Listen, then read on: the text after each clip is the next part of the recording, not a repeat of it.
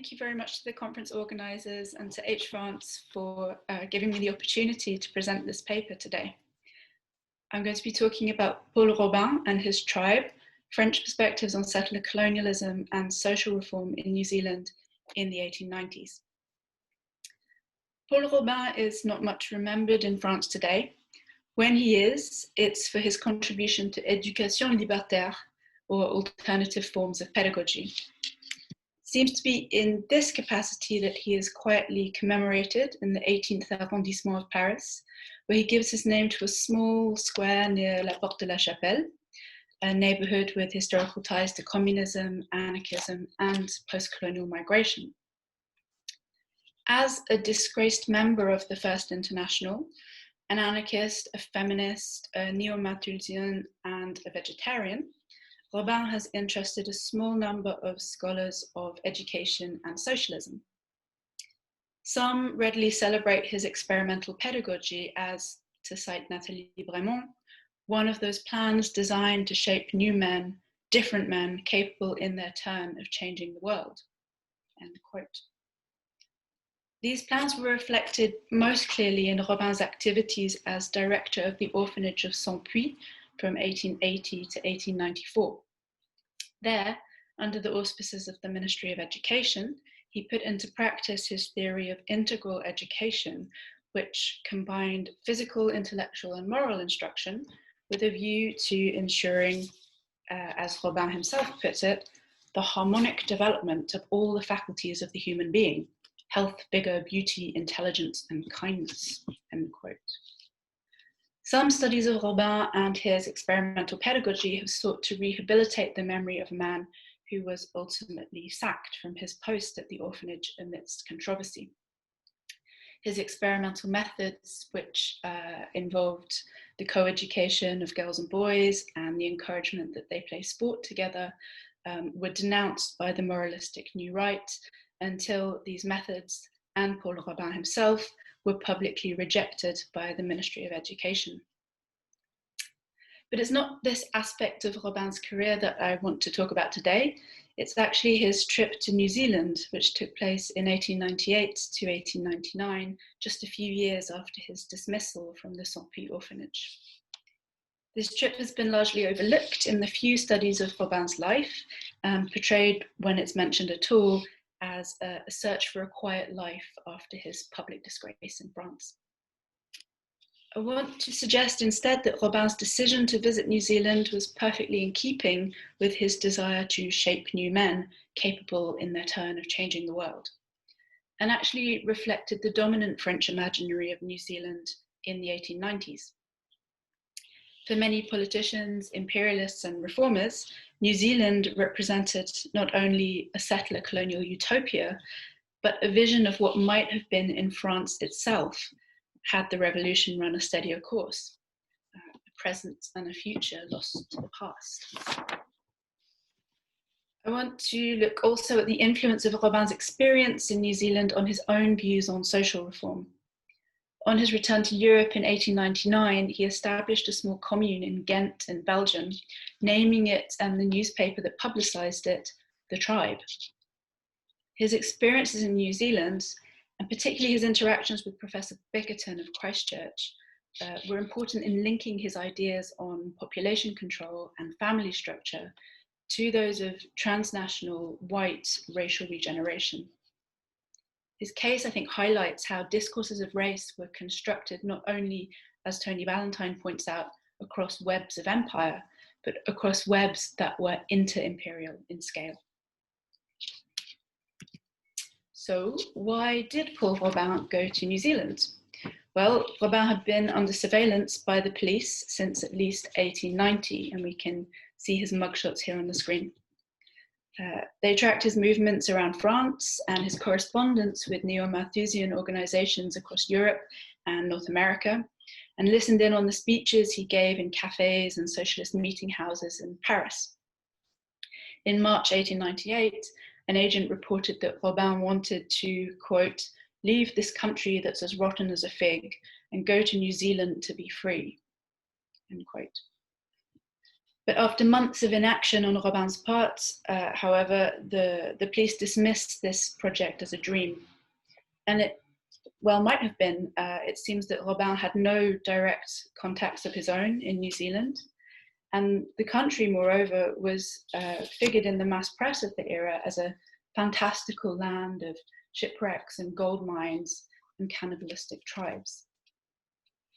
French sociologists and politicians, however, increasingly perceived New Zealand as a model settler colony, quite unlike the troubled French territory in Algeria, where French settlers were vastly outnumbered by indigenous Algerians and barely more numerous than Spanish and Italian settlers. In New Zealand, French parliamentarians observed with no little envy the British had not had to contend with an unhospitable climate or what they called Muslim fanaticism. The Maori, sociologist André Siegfried claimed, had never fully acclimatized to the land in New Zealand, leaving the British free to establish what he called, in English amidst his French text, a white man's country that was free of indigenous influence. It was also, he claimed, happily pure of continental European influence. To protect this settler colonial utopia, New Zealand settlers had, quite wisely in the view of these French observers, regulated land distribution and limited immigration, particularly from Asia. That the British had beaten them to New Zealand was a source of deep regret for French imperialists like Richard Waddington, quoted here, who could not but think of what might have been. So he here regrets that the French did not follow up on their ambitions under the monarchy of July under the July monarchy to occupy New Zealand. Il est certain que si nous possédions ces deux belles îles de la Nouvelle-Zélande, nous aurions plus d'espace, plus d'éléments de prospérité. Added to this regret that France had lost a potential colony was an unwelcome sense that France had lost her own way as a leader in the democratic world. Faced with the impressive program of social reform in New Zealand in the 1890s, French observers were forced to reflect on the unfulfilled promises of the revolution. French socialists repeatedly pointed to the example given by New Zealand in the creation of a labour ministry, legislation on arbitration, working hours, pensions, and agricultural subventions. They asked why France, why the Republic, was not leading the way. During a debate on pensions in 1901, Édouard Vaillant ventured the following explanation. Il est arrivé ce qu'il arrive toujours en France, on proclame des principes et il reste comme figé dans des formules sans prendre vie dans les institutions. La Révolution en 1793, comme en 1848, a déclaré l'assistance obligatoire. Or, l'assistance obligatoire n'est encore créée et elle ne le sera jamais en ces pays où, je le répète, on préfère de beaucoup formuler les idées que de les appliquer. Settlers in New Zealand, on the other hand, were suspicious of theory and doctrine and firmly attached to practical realities. Or at least this was the opinion of French scholars traveling in the colony in the 1890s, including the sociologist Siegfried and a representative from the French Ministère du Commerce, Albert Métain. These visitors to New Zealand marveled at what they perceived as a successful balance of French democratic principles and British institutional stability, a balance that actually raised their hopes of the possibility of social reform without revolutionary violence. This blend of theory and practice perfectly mirrored Paul Robin's ideal of integral education. He described that idea as follows, quote, "A true integral man is at the same time a theorist and a practical man. He reunites the two qualities systematically separated by official routine. He is at once the brain that directs and the hand that executes, the scholar and the workman." So it was in search really of this integral man that Robin disembarked in Wellington in August 1898. This search had led him by January 1899 to Wainoni, Christchurch, where Andrew Beckerton, professor of chemistry at Canterbury College, had established what he called a federative home. Robin described the federative home as follows. La fédération se compose de personnes qui pensent que dans une communauté libre, on peut éviter bien des difficultés, des ennuis et des inquiétudes du système actuel d'isolement, qu'on peut trouver à son gré une solitude tranquille, chose impossible dans la famille, que la terrible plaie de l'abandon est chassée, il se forme une unité sociale plus grande, plus riche en bienveillance et en jouissance artistique de toute espèce, et qu'on y subsiste avec moins de dépenses que dans l'extrême complication des ménages séparés.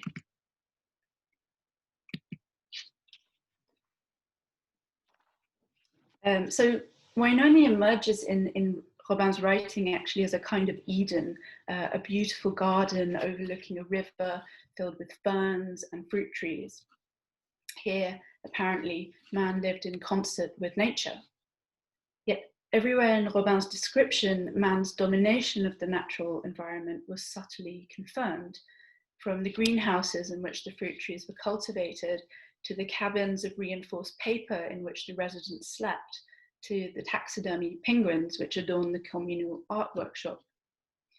And behind the cabins and ateliers of the commune sat a fireworks workshop, which I can't help but interpret as an extraordinary symbol of both settler colonial domination and settler colonial fragility.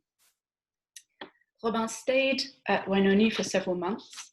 He was welcomed by settlers in Christchurch as a professor and as a Frenchman, and he was invited to give lectures on pedagogy for the Société Française at Girton College, and asked by the press for his views on the Dreyfus affair. This latter he condemned as a result of the same selfishness, false patriotism, and idiotic religiosity that drove French nationalists to support a pro-natalist agenda, despite the already abject living conditions of the working classes and the peasantry. Robin's own views on the social and political necessity of population control had been established years before his trip to New Zealand, notably with the creation of the Ligue de Régénération Humaine in 1896. Bickerton was also a proponent of neo-Malthusian doctrine. He regularly wrote in the local press on this topic. The historian Angus McLaren has suggested that Bickerton provided Robin with additional information on contraception during his time at Wainoni. More than acquiring additional knowledge, however, Robin's experience in New Zealand seems to have been influential in consolidating a transnational racial dimension of his project to regenerate humanity. The link between family, race, and empire was, of course, fundamental to national projects of imperial expansion in both France and Britain. What Françoise Vergès refers to as the colonial family romance, or this post-revolutionary political narrative in which France figures as the benevolent parent to its colonized children. This narrative was particularly strong in the imperialist imaginary of the Third Republic. At Wainoni, however, the perceived exclusivism of the family unit was rejected as a source of discord. Mothers were enjoined to relinquish their apparently rapacious grasp on children, and communal childcare facilities were provided. In dissolving the family units, Bickerton had created the opportunity to destabilize this triangular relationship of family, race, and empire. An opportunity, therefore, to rethink the power dynamics of empire itself. But of course, this opportunity was missed. Carried out in the context of white settlement and accessible only to white settlers, Bickerton's federative home ultimately reaffirmed racial hierarchies.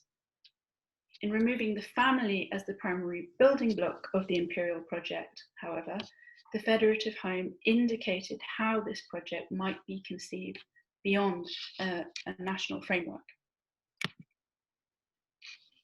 So for Paul Robin, who traveled back to Europe in the summer of 1899, whiteness became the necessary condition for the regeneration of humanity.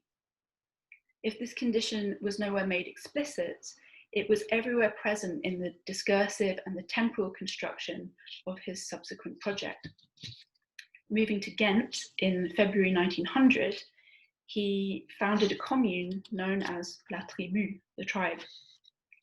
In a publication announcing this endeavor, Robin explained his use of this term as a signifier of freedom, particularly from the constraints of the bourgeois family model. Robin acknowledged his debt to Bickerton's federative home, but underlined the limitations of a project which he saw as conceived in reaction to, rather than from within, industrial modernity. So he described it, the federative home, in this way. Le rêve qui a le plus séduit les gens passionnés de liberté, de simplicité, détestant l'esclavage résultant des institutions du vieux monde et l'inutile complexité de la vie dans les contrées en décadence, a été celui de la commune agricole dans les pays moins envahis par l'homme blanc. Le succès du pareil rêve a été parfois grand, d'une certaine durée, mais après plus ou moins de temps, la décadence n'a pu être évitée. This decadence, he suggested, was due to increased immigration. So in founding his own tribe, Robin was seeking to reconcile white modernity to the so-called esclavage of old world institutions by introducing what he perceived as non-white primitive family structures.